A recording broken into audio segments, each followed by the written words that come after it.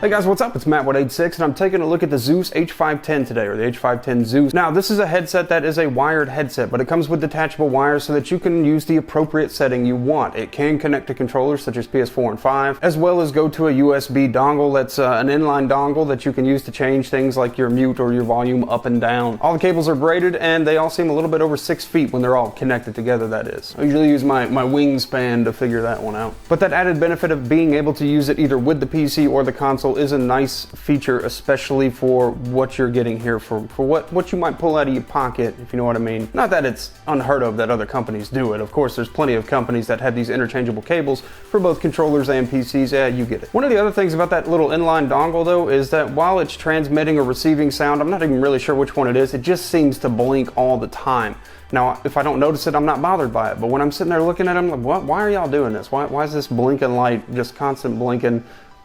I don't like the blinking light, but it's there. It really doesn't bother me because for the most part it's going to be located somewhere in your chest area while you're playing, so you're probably not going to be bothered by it either, but when you notice it, you're just kind of like, what? Why? The mic is also a detachable and replaceable mic. Luckily, to the proprietary style that Redragon went with, it's a large cutout square, which means you can fit some other stuff up in there. Now, I didn't have luck with some of the cheaper mics I bought on Amazon. They just won't detect at all. They're the same standard, but they won't detect and record any sound. However, I do have a HyperX mic that I put in there, and let's go ahead and pause right now and let y'all listen to both the stock and comparison with that HyperX mic so that you can see what it sounds like with the stock mic and what it sounds like with maybe a more well-known boom mic.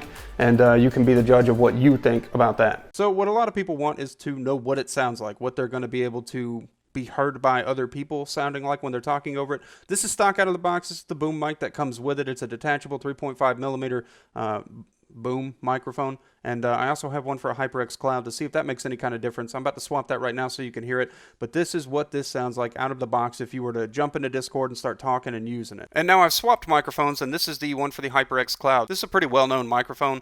One of the problems it might have is some pops and hisses because I don't have any kind of filter on it or anything, but this is the microphone that you might be more familiar with in something like the HyperX Cloud. So this is just really a comparison. Did it make a difference to change the boom on it? Hopefully, regardless of what boom mic is on there, it sounds pretty good. So really straightforward and really simple. And I'm probably quiet now, but this is very important too. This mic is a little bit quiet out of the box. We can just turn our mic gain up right here, which really is just manipulating general mic gain. You can also control if you're monitoring yourself or hearing. I imagine anyways, it's got it muted. Hang on. Let's see what happens. Yeah, I can hear myself. I'm monitoring what the mic is picking up right now via this, or you can just mute that. It's pretty simple, pretty straightforward, and master control volumes, including left and right stereo, so that you can, increase volume in one ear and not the other. Most people are probably going to leave that pretty balanced and standard as is.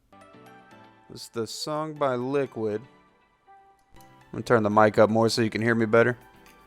So hopefully you can hear the music in the background. Let's see if it changes. A little bass here. A lot brighter. And still nothing for manual. So brighter, bassier,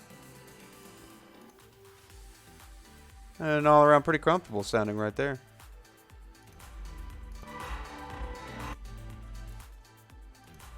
And maybe with OBS recording this, it'll give you a good idea of kind of what I'm hearing as I do it.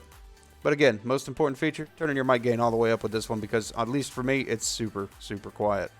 And that's it. That's pretty straightforward, pretty simple to use software. I do want to say that one comment I got in Discord, though, was when I used that headset with the stock standard microphone, I was getting told that I had really low volume.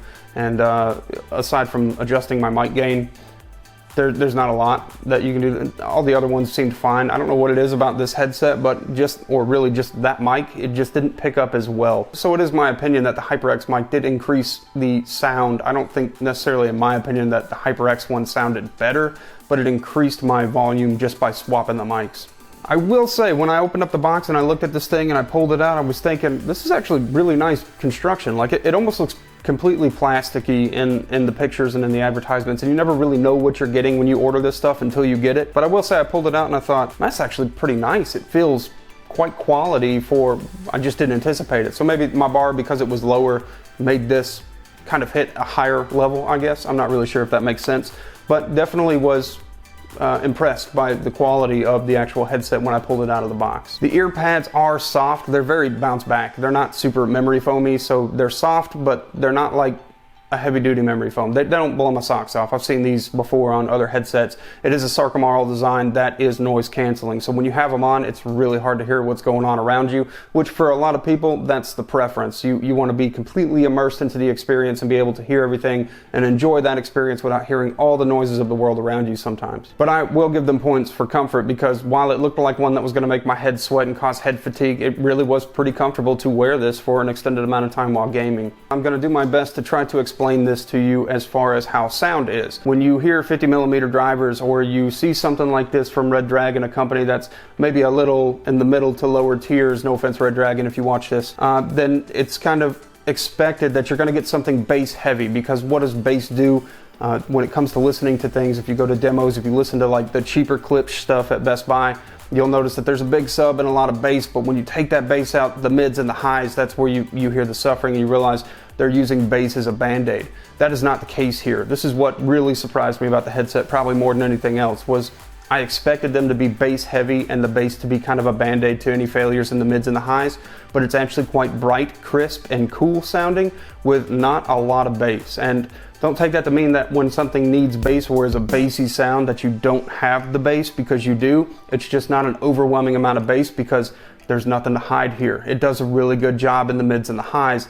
Now, I will say that calling these 7.1 virtual surround is maybe a little bit of a miss, because when I'm playing games like with the Logitech G733, which doesn't boast that it's 7.1 virtual but really is, the sounds of cars going by in Cyberpunk or something maybe a little harder to detect, and it's more of a stereo sound that I'm getting. I'm not getting that virtual 7.1, I'm immersed into the moment with omnidirectional sound happening all around me. I will say that it's present, but not as strong in this headset. However, like I said, the amazing range of highs, lows, and mids all mixing together really make me feel like these are punching at a higher weight class, because they're not hiding behind bass, and they're pretty crispy on the top end. And I hope that's a good explanation for people. I'm not the best person for the audiophile kind of referencing here, but I will say that this did impress me. At first I was thinking there was gonna be a lot more bass, and then when there wasn't, that's when I started noticing just how well-rounded they are as far as sound goes. Anyways, you guys have a great day, night, whatever it is, and I'll see you in the next video that I do.